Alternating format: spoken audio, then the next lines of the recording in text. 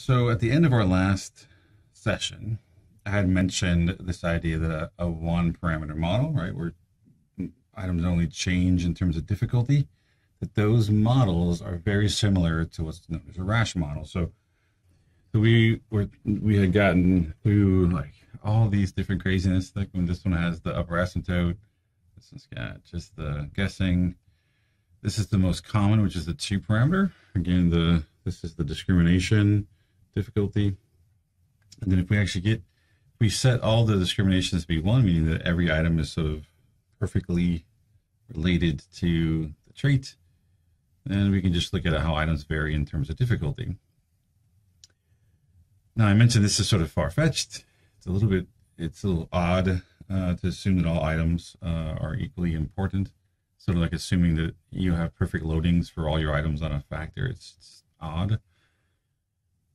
But sometimes it's weakened to a point where it's not that they all are perfectly one, but that they all are about the same, that items don't change in terms of their discrimination, that they're all roughly equally discriminating. So the item's discrimination doesn't really, like differences in discrimination shouldn't affect the probability estimation. So either way, they're very similar to these things called RASCH models, and they're essentially the same thing.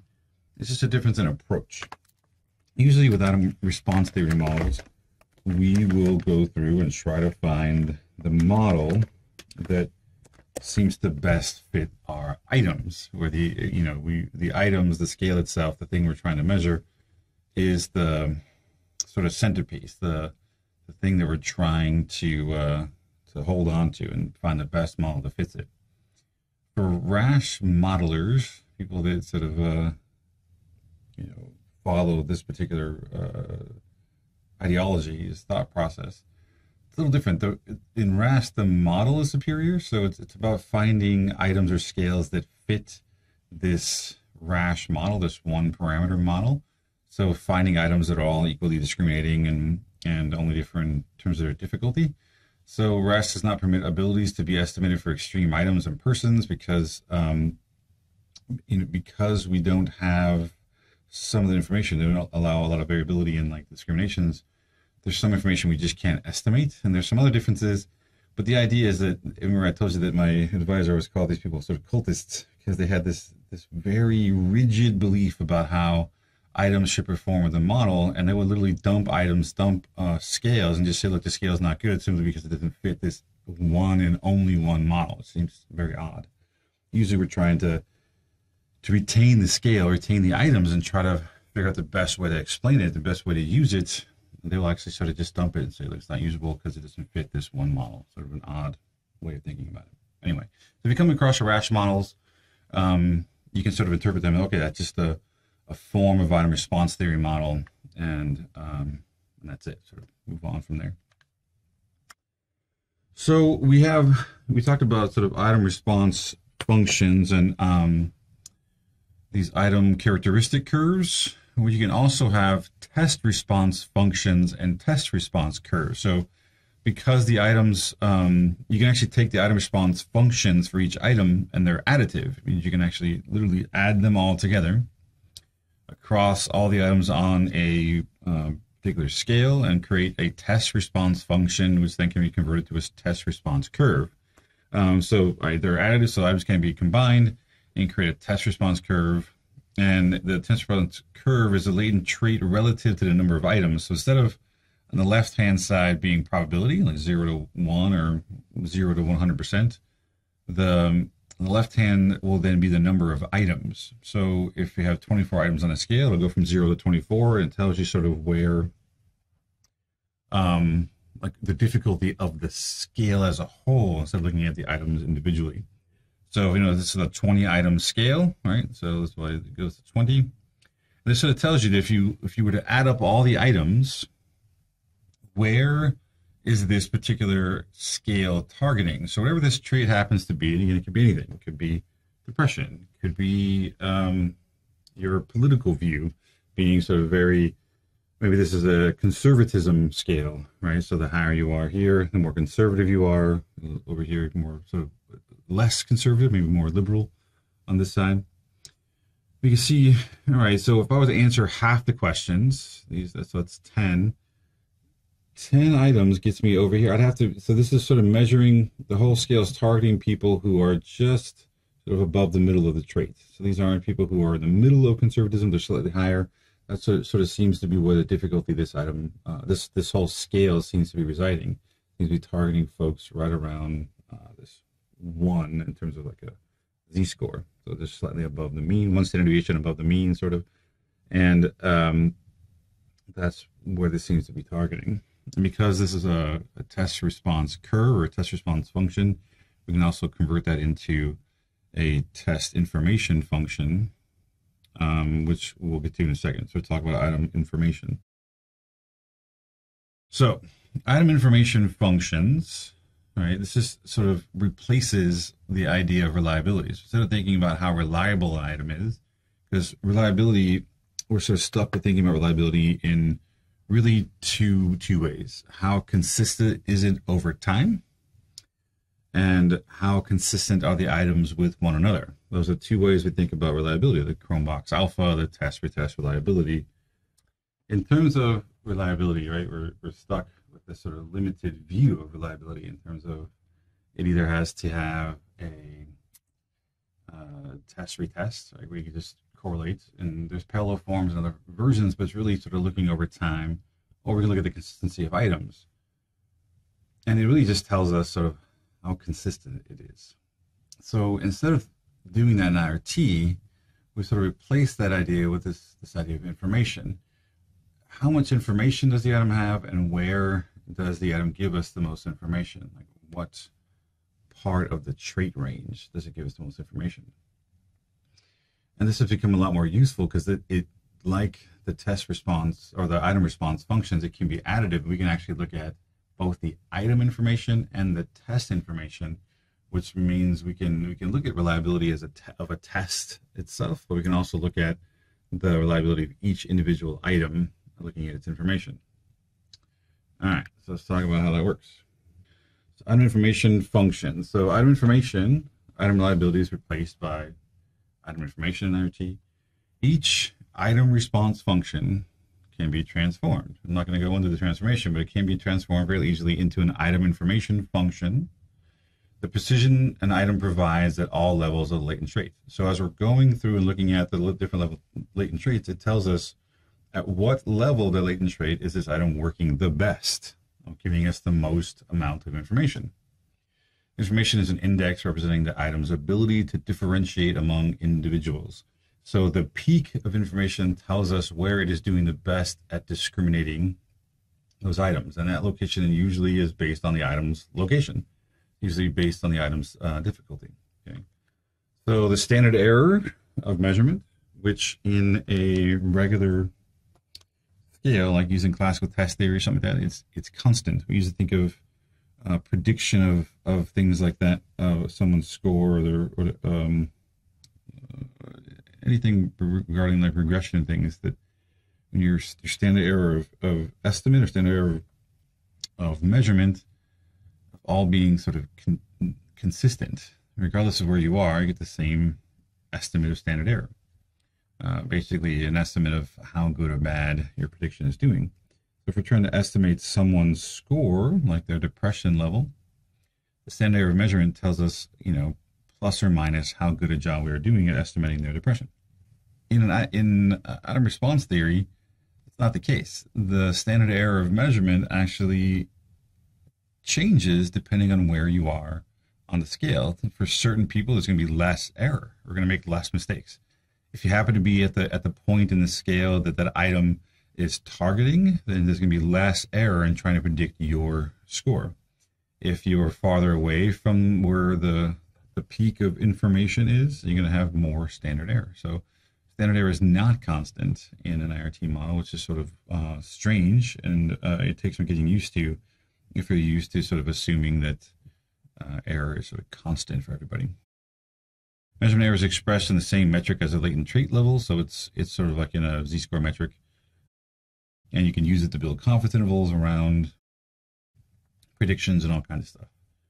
All right, so let's look at what it might look like. So the information function The difficulty parameter tells you where the location of the highest information point is going to be, like where are you actually targeting. The more discriminating an item is, right, the higher the peak's going to be, the more information you're going to get out of the item. Right? Because as it's more discriminating, you're going to get more information. So large discriminations, tall and narrow item information functions, means high precision but a narrow range. So there's a trade-off between all this stuff. It may seem like, well, of course you want the highest information, which you do, but because each item's information is so, if it's very highly discriminating, it also gives you information for a very narrow window. And unless you have a lot of items that are covering the whole trait range, you're going to have a very narrowly targeted range of folks that the scale works for. I'll show you examples in a second, but you got low discrimination. Means it's going to have a more short, round, almost like normal distribution looking information, where large discrimination is going to be very, very skinny, very peaked distributions. Okay. So here, these are the three items we looked at before. The 2, 3, 4 parameter thing doesn't matter so much here. What does matter is look at the steepness of the curves. You got the dotted black line here being the most discriminating. It has the highest. It's almost vertical, right? It's getting close to the most discriminating you can get, just sort of just straight up and down.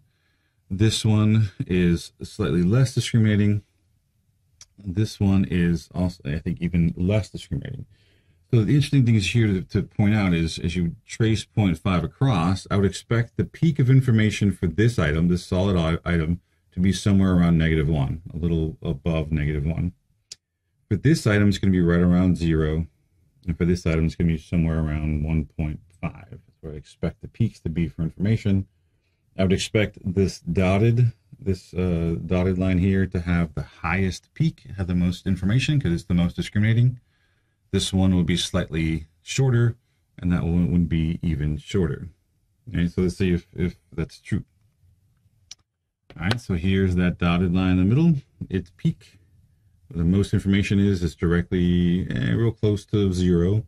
This one's close to -1. This one's close to 1.5.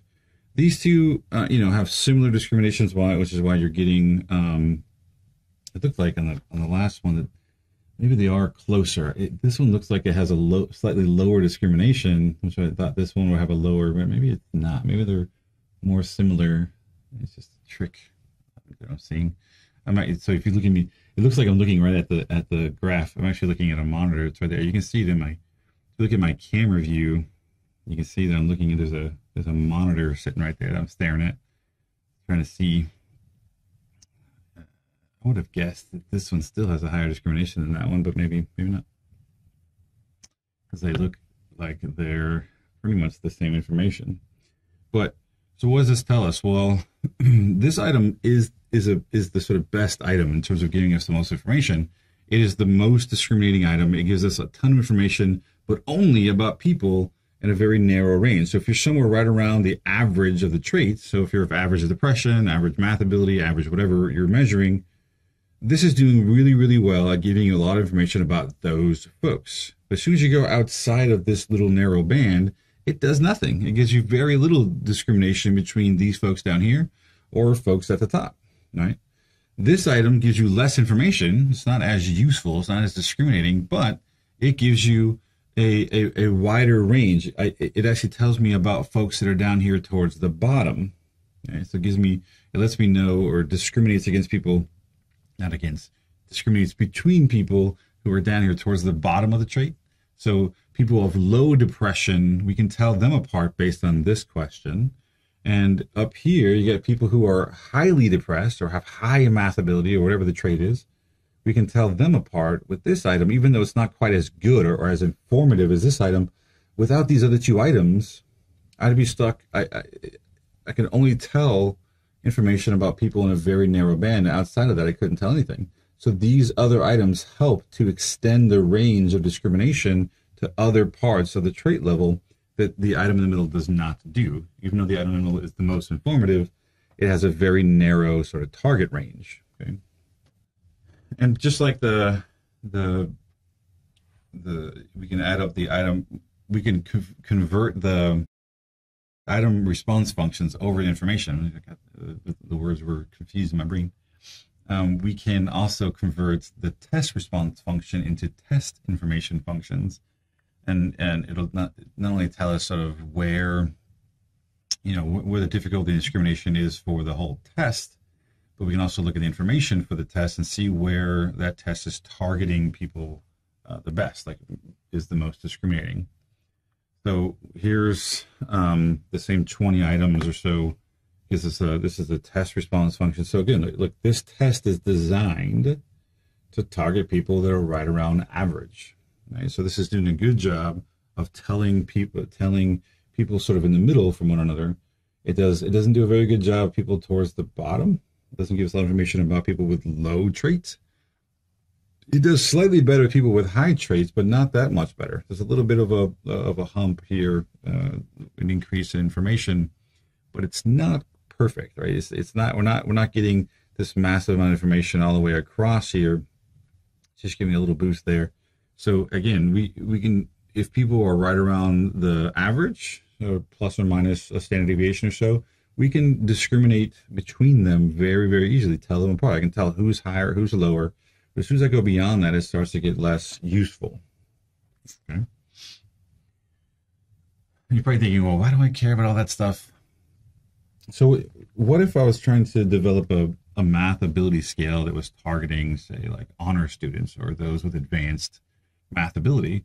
Well, if I was doing that, then this sort of has failed, right?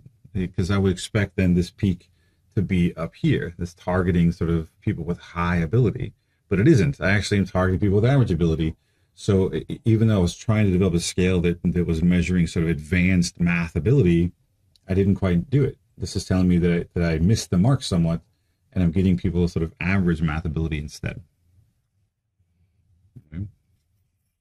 So sometimes it depends on what you're trying to target. So let's instead of math ability, let's think about depression. And I know I pick on depression a lot, but depression, if you're a clinical psychologist, and I'm sure many of you are probably interested in going into clinical psychology, and you're trying to think about how do I tell if someone is clinically depressed or not? Needs to be hospitalized, needs to be put under psychiatric care because of, or put on suicide watch, put on all kinds of things because of their level of depression. Well, if this were a depression inventory that I put together, it probably wouldn't do a very good job of doing that. And by that I mean it doesn't really discriminate against people who are on the high end of the depression trait range. It tells me people who are sort of average depression, it can tell them apart. People who are low, it doesn't really give you much information, but people who are high also, the people that are probably the ones that I'm most concerned about, that have high depression or suicide ideation, who need to be sort of hospitalized, I actually can't tell them apart very well. So so someone who's highly depressed, I can't tell them apart from someone who's just a little bit above average depression, because it doesn't do a very good job of that. So if that's what I was trying to do, then this information function would tell me that I didn't do a very good job of capturing that. This is a completely unrelated scale. Like, it's not the same scale we've been talking about. But I want to give an example of this, which is kind of interesting, because I think whatever I used to run these, I didn't ask for the standard errors when I did it. So this is from a different project, a different paper. This is a 30-item scale. You can see this one actually targets folks that are slightly above, this is slightly higher. So instead of being right at 0, it's actually almost to 1. So we're targeting slightly higher. It's a nice normal sort of curve look.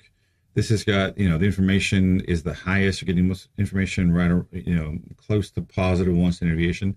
This other line is the one that's interesting though. So this is the standard error. So if we look, if I'm trying to predict someone's trait level down here, I'm going to have a ton of standard error. Like, it's going to be plus or minus 20, right? That's a huge range of error trying to predict people down here. As I get closer to where the information is maxed here, I'm getting down to almost no standard error. Like, we're getting closer and closer to having 0 error, because I can do a better job of predicting people who are near the peak of information, and therefore my standard error gets very, very low. So my plus or minus in terms of my predictions for measurement and that kind of stuff are near zero, close to information. But as you go away from the peak of information, they start to go back up again. Here we're at like plus or minus 5. Over here, like plus or minus. Actually, this is standard error. So let me think about this second. This is information. This is standard error. So it's not plus or minus 20. It's actually plus or minus 1 point. Let's say it's close to 2. Right, because this is the standard error scale here. So I'm having a much larger plus or minus 2 units here. But down here, I'm getting close to 0. Here, I'm getting close probably to 0.7, 0.8 as I go just above where the information is. This tells us the standard error for measurement for a person's sort of trait range actually is best right close to information. This is what we expect, seeing as how the standard error is sort of it's related to the inverse of information, so it should work that way. All right. So let's pause for a second. Other questions about things right now before I'm going to go quickly through just an example so I can show you sort of how, so one, I'm not going to require you to run this stuff or do these things because one, there's no real simple way to do it in the programs that we have, and two, it gets awfully complicated. So I just wanted to show you sort of example of what it might look like.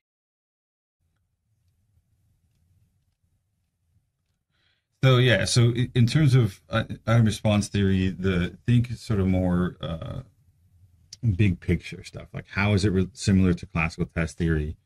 What, if I say, in a 3-parameter model, what are the 3 parameters? You should sort of know what those are. But I'm not going to give you that equation and be like, hey, solve for probability. You're not going to, it's just, I want you to think more conceptually about these things, not the specifics. Things like discrimination, location, those things are all similar to classical test theory, so it should sort of overlap and be the same. So it's just a matter of sort of what are the similarities and differences between this and classical test theory, and why, things like, if I could ask a question like, why has the industry, the field of sort of measurement, moved away from classical test theory to item response theory in the last 40 years? Why rely more on this than classical test theory? Those kind of questions are the kind of thing I might ask on an exam. Nothing mathematical. All right, so remember we had talked about the social discomfort items on the MMPI 2 during our item analysis lecture. These are the same items. They're dichotomous. One represents an endorsement of the item in the direction of discomfort. So it doesn't always mean that the answer is yes. It just means that it is coded so that one represents social discomfort. So I could talk about that in a second. I applied a 2-parameter logistic, which is what the L stands for, but a 2-parameter IRT model of the data to look at difficulty, discrimination, and we'll also get the information for each item. All right, so here even take me out. So here are the items. You can see C2, I'm a very sociable person. If I say yes to that, that's actually not very, socially uncomfortable. So in that case, no would be coded 1, meaning that they're endorsing social discomfort. So all the ones in orange, yellow here are all reverse coded. So in this case, saying no would mean you have social discomfort, not the other way around. All right, so in a group of people, I would not be embarrassed to be called upon to start a discussion or give an opinion about something I know well. All right, if you say yes to that, that means you don't have a lot of social discomfort. Saying no to it is. So when we say endorse doesn't always mean saying yes. It just means that you're answering in the direction of the trait you're measuring. I look at my worries seem to disappear. This is C22. My worries seem to disappear when I get into a crowd of lively friends. Well, again, if I say yes, that's not very socially uncomfortable.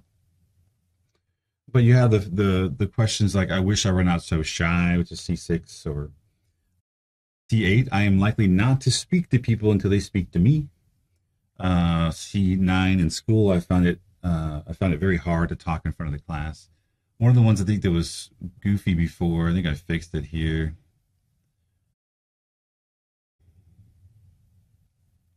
Where is it? Oh, here.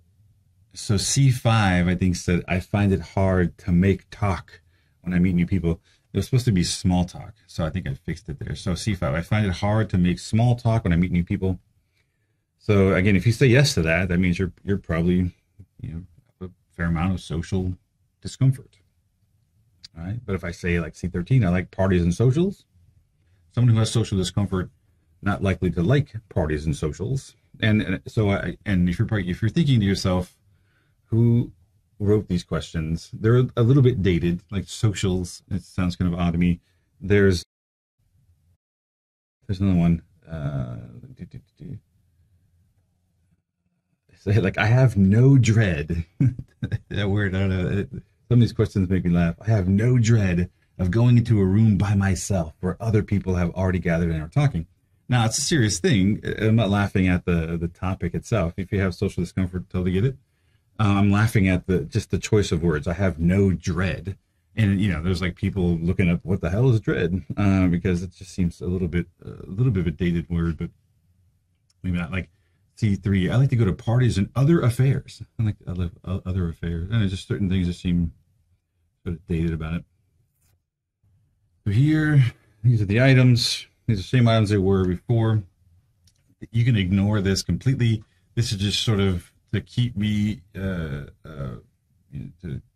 make sure that I'm not like cheating or something. This is syntax in R in a program called MIRT, which stands for, I think, multi-group or multi-dimensional. I forget what the M stands for, but it's one of those. Multi-group, multi-dimensional IRT. It's in the program R. R is what is the backbone of Jamovi that we've been using. So this is sort of just the more use of R.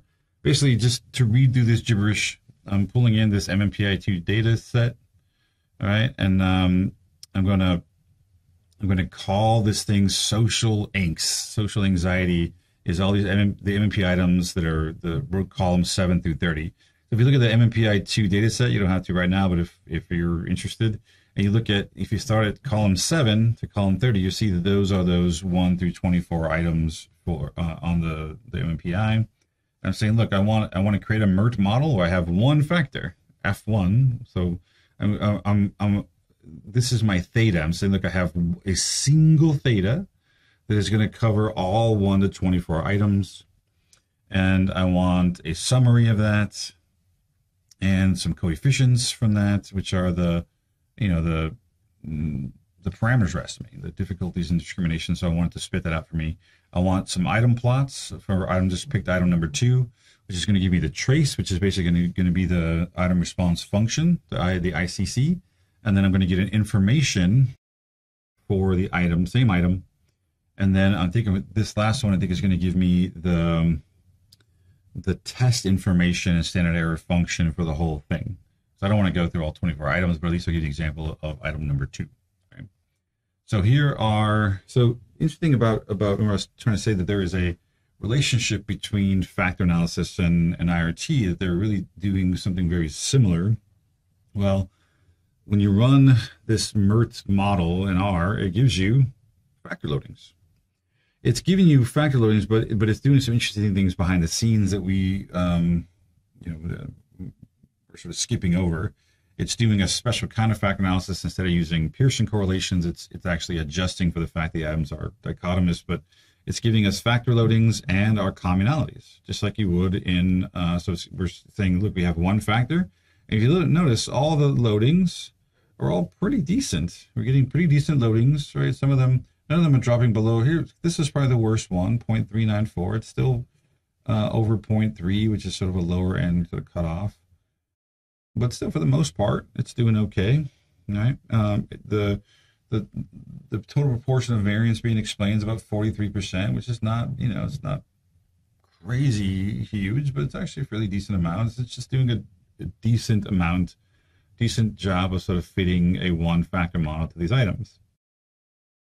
But this isn't factor analysis. We're talking about IRT. So we want those other parameters.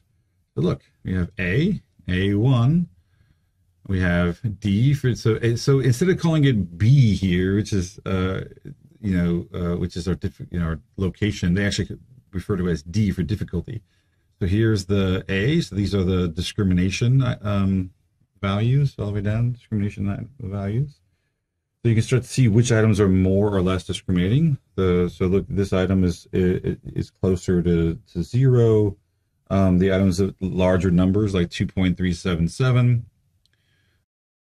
2.527, I think this is the largest one. So if C16 should likely have the largest loading. The C16.829 is the loading. I think that's the largest loading. Yeah, so there's a direct correspondence. This has the largest factor loading. It's also the item that's most discriminating, C16, right? So it's not surprising. You can start to see the difficulty, the items, negative and positive. You can start to see which items are more or less difficult, okay? If I remember correctly, I could be having it backwards because some programs do it differently. The negatives mean the item is slightly easier. The positive values, which like this one, means that the item is slightly more difficult. Like this, I think, is a very easy item.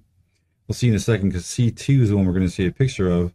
But one thing I want to point out too is this G and U stand for guessing and upper asymptote. So we've set everything guessing as all 0. We're not allowed any guessing parameter for any of the items because we did a two parameter model. And we've set the upper asymptote to 1 for all the items for the same reason. Okay. Let's look at here is a trace line for item number 2. So item number 2, the difficulty is slightly above, so the location is slightly above 0, which is what we'd expect. Actually, nope, so I'm wrong. So all the negatives, yeah, they mean, I think I said it correct before. The negatives actually tell you that it's an easier item. The positives are more difficult, but that gets flipped around. And down here, because even though it was a negative difficulty, it actually gets put out as being slightly above 0 because it's a. See, I'm totally wrong. Okay, so again, programs, so some do it a little differently. So let me say it again. The negative items actually tell you that the item is more difficult. The positive items, is easier. Because here I need to be slightly above average to actually answer this question with a 0.5 probability. So item's location is actually here someplace. That tells me the item is slightly above average difficulty, so it's slightly higher. So negatives actually tell you that it's actually going to be above the mean. That's a little confusing. And the positives tell you it's going to be below the mean. So it's backwards. And part of the reason why that is when you actually look up the item's location, so this difficulty gets converted to the location, it actually has a negative, depending on the program, it'll actually put a negative. It's like negative B0 over B1 or something like that. So it sort of flips it. But anyway, so this is what the item characteristic curve looks like for item number 2. What was item number 2? Item number 2 said, I am a very sociable person. So again, this is modeling the reverse of that. The 1 here is actually saying no. So this is the probability of saying no to that item. And the theta range here is for social discomfort. You can see that this program actually goes from -6 to +6. That's a very wide range. This item does a very good job right here in the middle.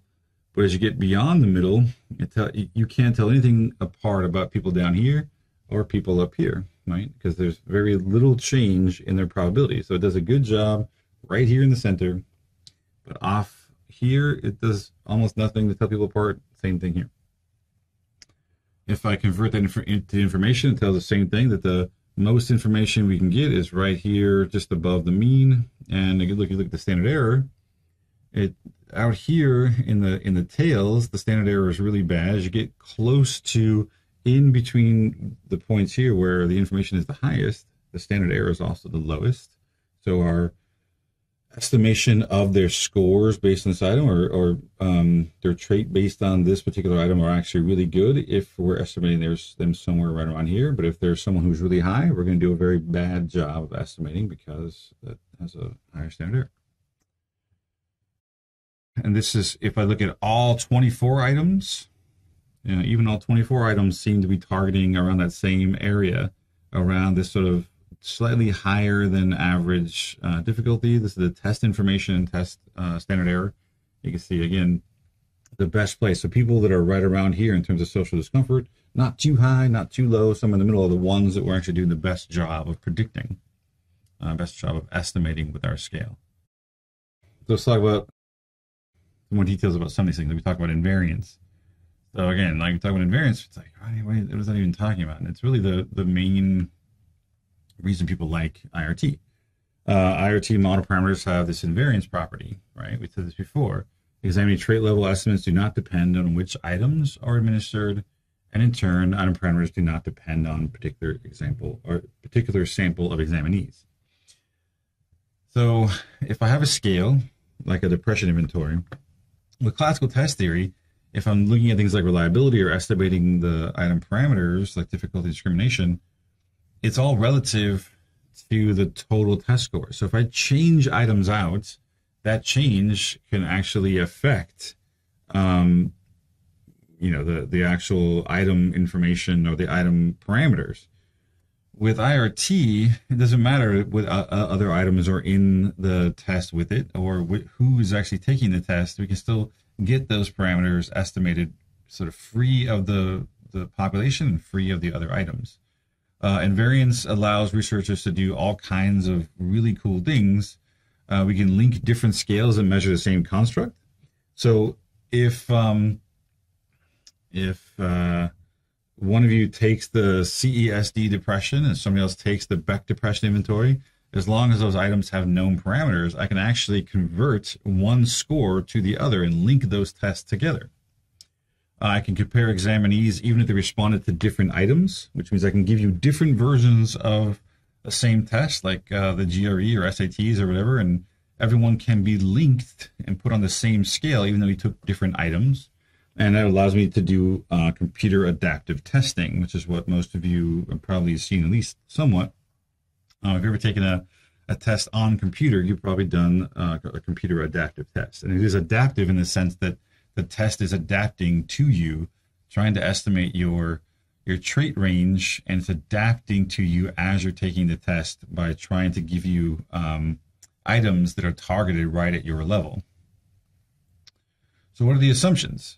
So anything that we do is track analysis, IRT, all this, they all have certain assumptions.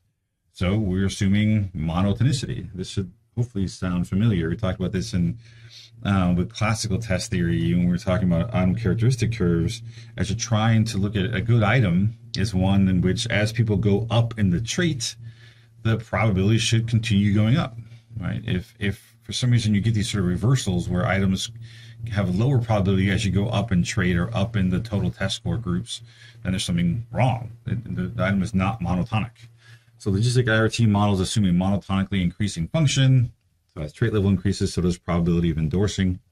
If this is violated, then it makes no sense to apply these kinds of models to characterize item response data. There are other kinds of models that might actually make more sense, like unfolding models or these other kinds of models that we're not going to get into, but these kinds of models don't make sense.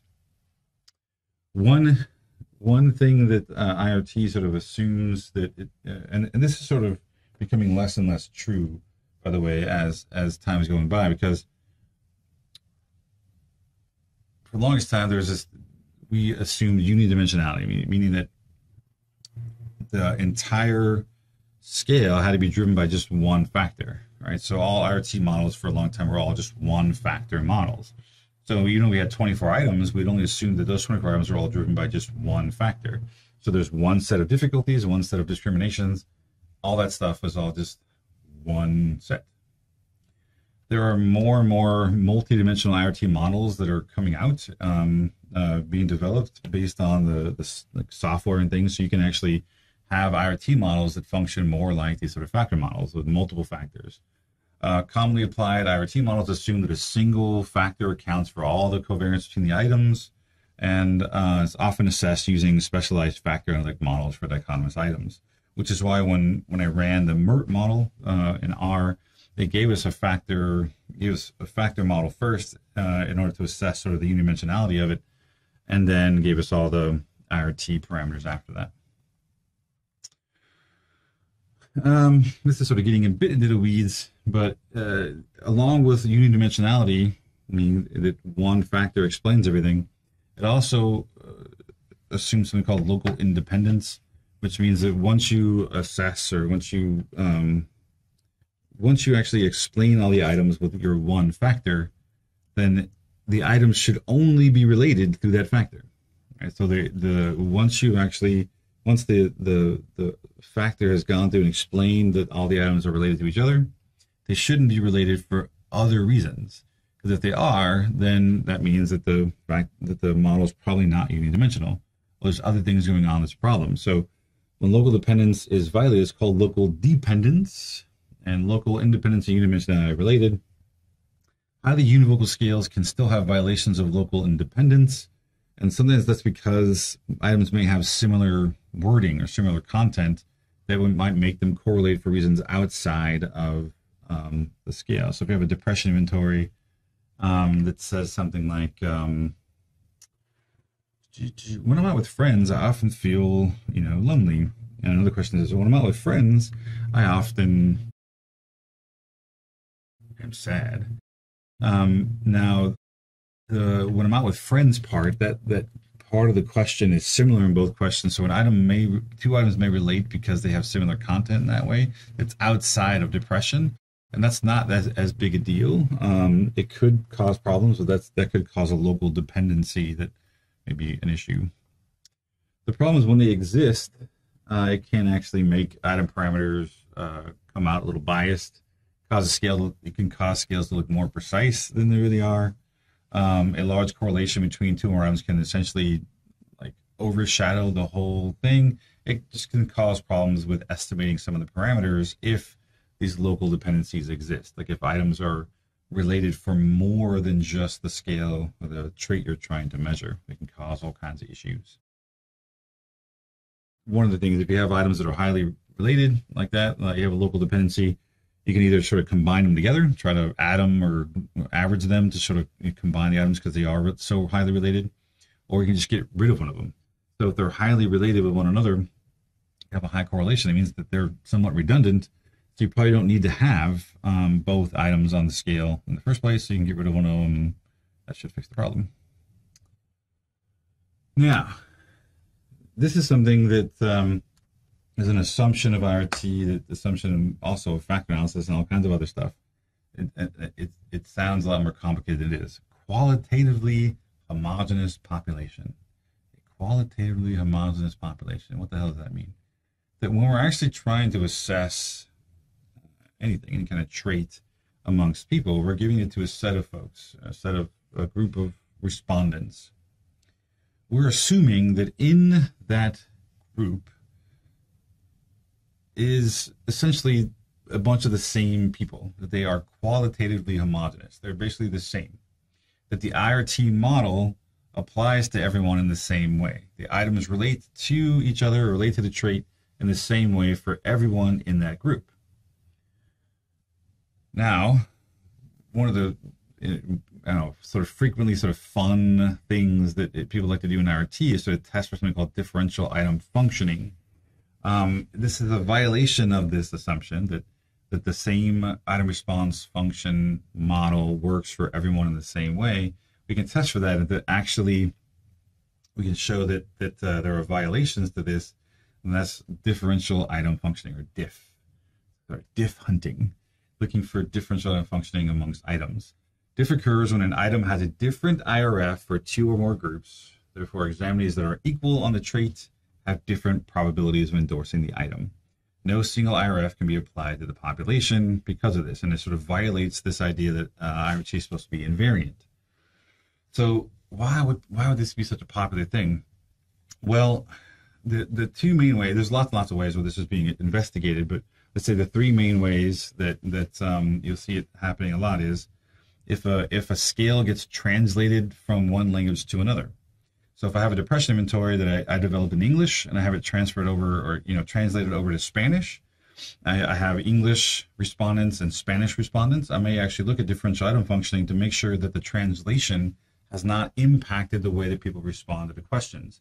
And diff there may actually show that Spanish respondents respond to items differently than English respondents do, and then actually then there's a problem, that there's an issue with my translation. It could also, another big way is sort of cultural. So beyond just language, even though everyone's responding in English or in the same language, there may be cultural differences in the way that items are getting interpreted. And you can show that for different cultures, the same item response function doesn't hold, and there's differences across cultures. And that leads to the third one, which is the one that sort of gets done quite often, which is differences between genders or gender identities and stuff, because looking at something like depression, for instance, it's a big one, or anxiety, that there tends to be a lot of diff between men and women in how they respond to items on a scale. So trying to find a depression inventory that is free of differential item functioning between men and women is very tough, because for, say, depression, you may find that, women are more likely to say things like, if they're higher on depression, they're more likely to say that they cry often, or a lot more than they normally do. Or men often, even if they're very high depressed, won't say that. They won't endorse that item, even if they're very high in depression. In the same way, when it comes to like anger or other types of responses, men are more likely to say that they feel more angry or hostile, or where women oftentimes won't respond that way as a reaction to depression. So you get a lot of diff when it comes to that. So this is a way of sort of testing whether or not your scale generalizes to different types of respondents within your overall population, and it has become a field in and of itself to sort of look for differential item functioning within scales. All right, some applications. How do we use IRT? Well, it can be expanded to more than just two choices. Right now, we talked about the probability of answering yes or no, like the sort of success, failure, right, wrong. But the items don't have to be. They can actually be ordered polytomous, which means that we have more than one choice. Think about the Beck depression inventory that you responded to in class. The items are like 0, 1, 2, and 3, or it's like not at all, a little, somewhat. There are. It's basically a Likert scale, but it's very limited. It only has 4 choices. We can actually expand IRT models to other kinds of things that aren't just dichotomous. Right? With dichotomous items, there's a single difficulty. We just look, we figure out the difficulty, how difficult it is to go from saying no to saying yes. What's the change there? Where does it change? Where does that change take place? Well, when you have more than one choice, you're going to get a different difficulty for every threshold that crosses, going from 0 to 1, from 1 to 2, and 2 to 3, or however many choices you have. And it sort of switches over. So with polytomous items, a separate difficulty exists as thresholds between each set of ordered categories. What the hell does that mean? So this is a, we have 1, 2, 3 choices. These are probabilities that you're going to respond to one, like, in a scale that has 3 choices instead of just 2. So there's one threshold here. So this tells me there's one difficulty that is about a little higher than -1, probably like -0.9 or 0.8. That as I'm going up in trait range, as I cross that point, that threshold, I'm less likely to respond in the lowest category, and now more likely to respond in the middle category. All right, so this is, say, never, sometimes, often, or something like that. I'm less likely to respond never, and now more likely to respond sometimes, till we get to about 2 here, and I'm now shifting over where I'm less likely to respond sometimes and more likely to respond never. But you notice these categories are all very overlapping, so they're not very discriminating. They're actually having a difficult time of discriminating between categories because they're all so overlapping in here, especially if you're in the middle. You can be in any 3 of those categories with about the same probability. There's another. This is actually worse. The discriminations are even lower. You can see sort of this is, but it's got 4 categories. So there's 1, 2, 3 thresholds to sort of differentiate between whether or not you're answering, say, 0, 1, 2, or 3, or 1, 2, 3, 4. All right, so this can be expanded to more categories. You can even, there's even nominal models where they don't have to be ordered. You can actually just, what's the likelihood of being in any particular category. So there's lots of other kinds of IRT models besides just the ones for dichotomous items. It's just they're the most common. These are ones that are, this one's a bit more discriminating. This one seems has a very strong lower and upper item. The two sort of the middle gets sort of, mixed together, sort of harder to tell the difference between if you're answering, say, this is 1, 2, 3, 4 on a scale. It's harder to tell if you're answering two or three. They're sort of in the middle and overlapping a lot, but telling the difference between 1 and 4 becomes a lot more distinct, right? A lot more, almost like you're getting a dichotomous item between the two tail ends. One application, again, I mentioned before that a qualitatively homogeneous population is an assumption, but it's also now become an application that people like to look for and test for differential item functioning. We can see how age groups, genders, cultures, ethnic groups, socioeconomic backgrounds can be meaningfully compared on these psychometric properties. Can be a research goal as opposed to just a test of an assumption. Test equivalency of test items translated in multiple languages, said that before. Cultural differences. Tests for intelligence items that are gender biased. Tests for age differences in response to personality items. All kinds of stuff can be used to do this. So one example here is, this is from the MMPI. It's not one of the questions on social discomfort that I have as an example, but it is, it's the item is don't care about life, or I don't care about life.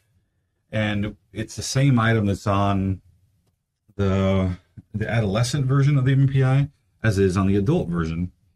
And what you see is that there's already a big age gap, right? Where the women and men, right, you have to be a lot higher in depression before you'd say anything about that, right?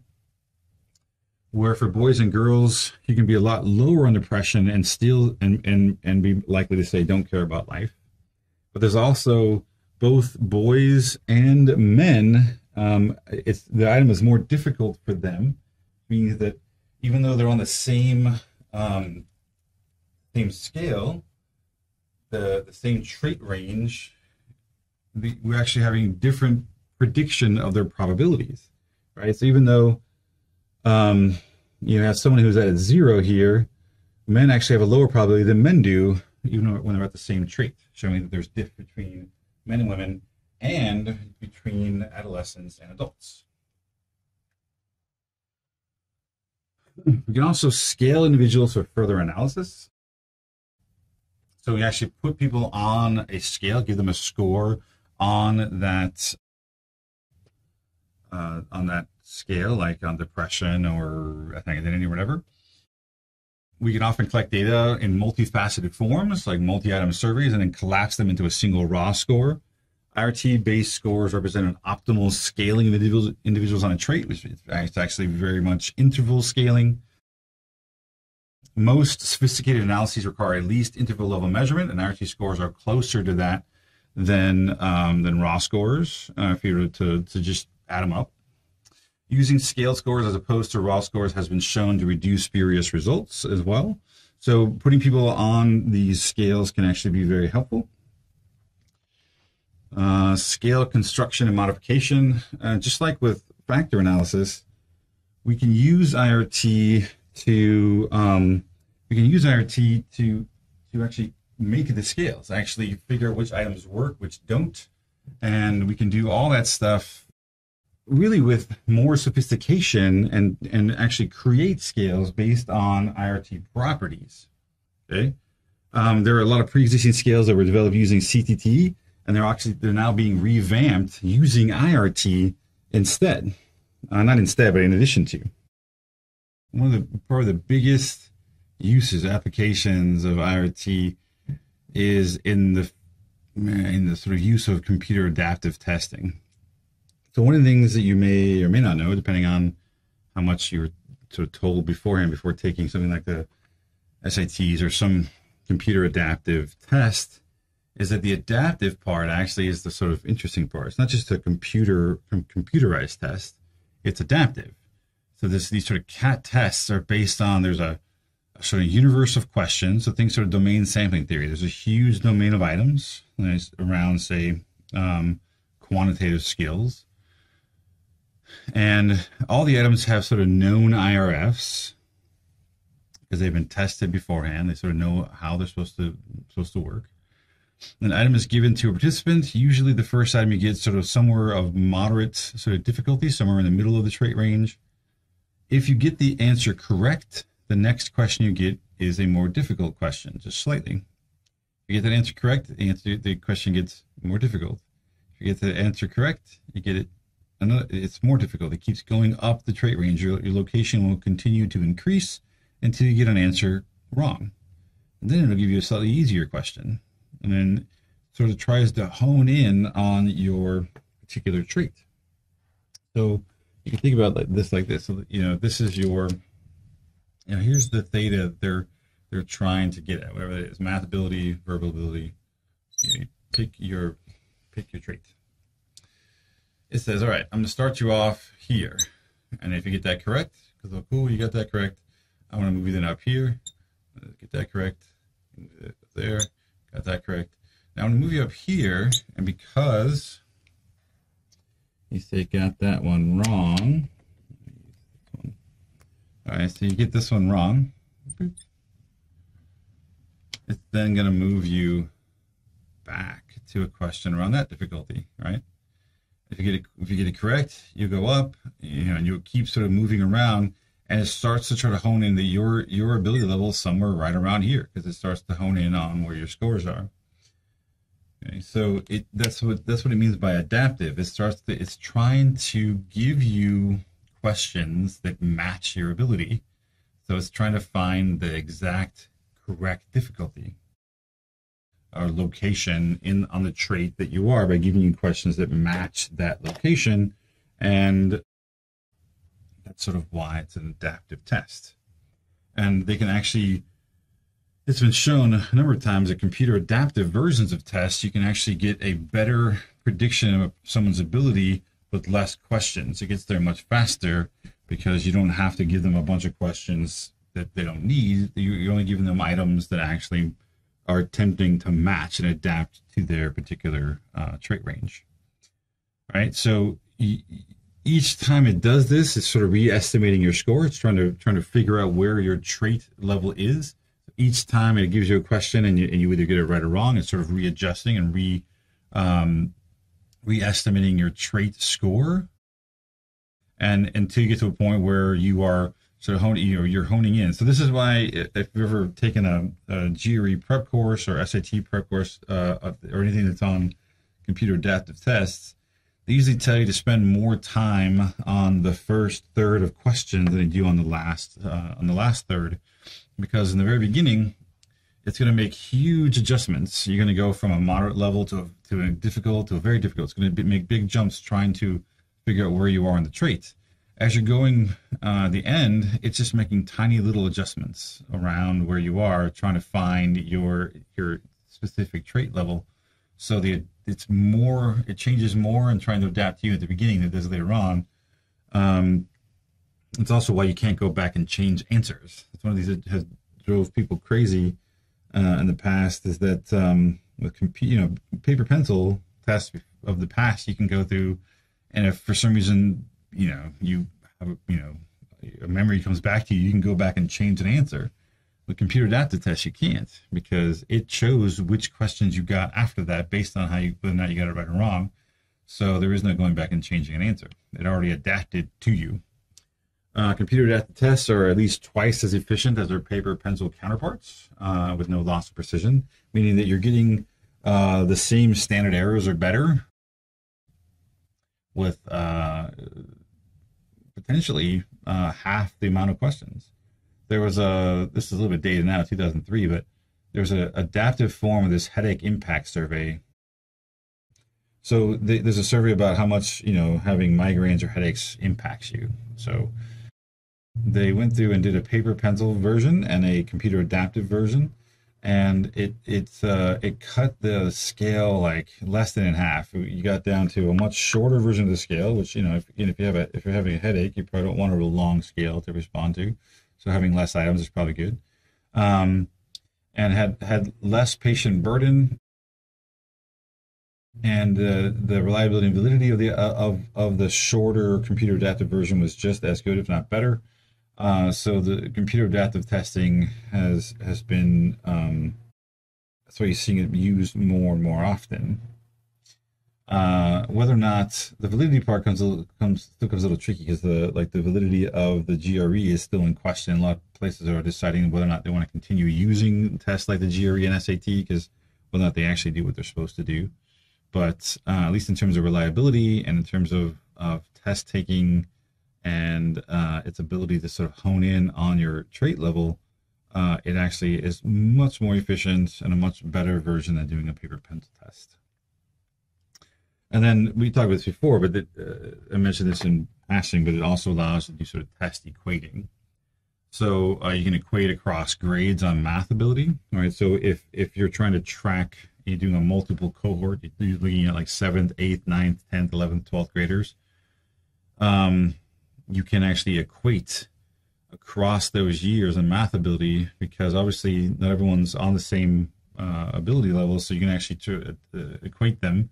Participants that have taken different tests measuring the same construct, like the Beck depression and CESD, but both have items with known IRFs, they can be placed on the same scale. Therefore, you can actually compare people.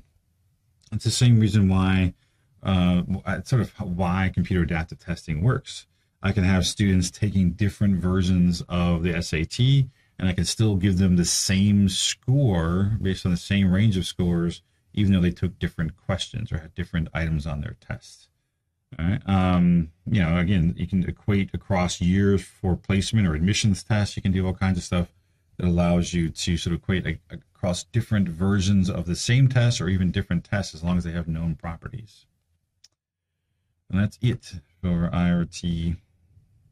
That's all I'm going to talk about. Again, the main thing is I want you to take away from this IRT talk is not all the crazy specifics. I mean, if you can, you remember all this stuff, then awesome. But the idea is that this is not only right now sort of affecting your life. People are using IRT to measure your, again, SAT scores, GRE, MCATs, LSATs. If they haven't already affected life, which I'm sure they probably have, if you're taking the SATs, they will very soon as you're going into grad school or going other places. So it's nice to know a little bit more about what's going on and how these things are being decided. And knowing some of the language, like what location and difficulty, the same thing, that what an item discrimination actually means. It's sort of similar to loadings and a factor analysis, and sort of tells you the quality of the item, how much it relates to the thing you're measuring. It's sort of understanding that these things sort of exist, and in the hopes that as you sort of go forward and you see this stuff come up again, you're reading an article from another class that talks about using item response theory to develop a scale, you sort of know a little bit about what they're talking about.